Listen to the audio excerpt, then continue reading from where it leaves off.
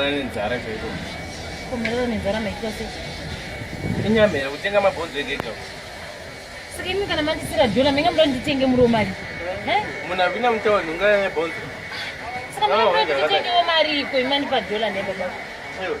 Mutaoni mazaro nezvinhu wini ngobvu. Wari utenga shikwama alright. Shoma imani zoti shoma inoita $2 plus shoma inodyiswa sadza. Aiyo, iwe ingotenga shikwama zviri mukati meshikwama todyisa sadza.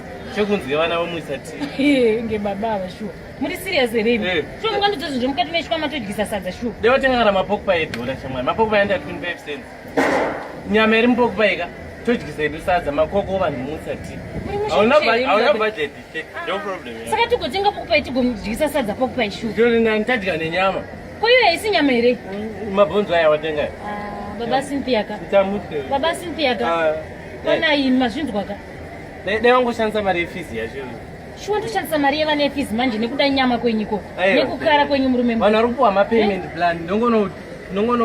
Anobhadharwa nepayment plan iyoyo. Nekungoda nyama chete murume mukuru. Zviri nani ndinotaura navo pane kutyisa mabhonzo kudai. Imi ka kwana imi itei mushe. Hauna budget. Budget imi ndimusina budget mukutotora toshandisa mari yevana school fees. Imi matonoti zvikoro zvabvurwa kudai nekungoda nyama chete murume mukuru nekukara.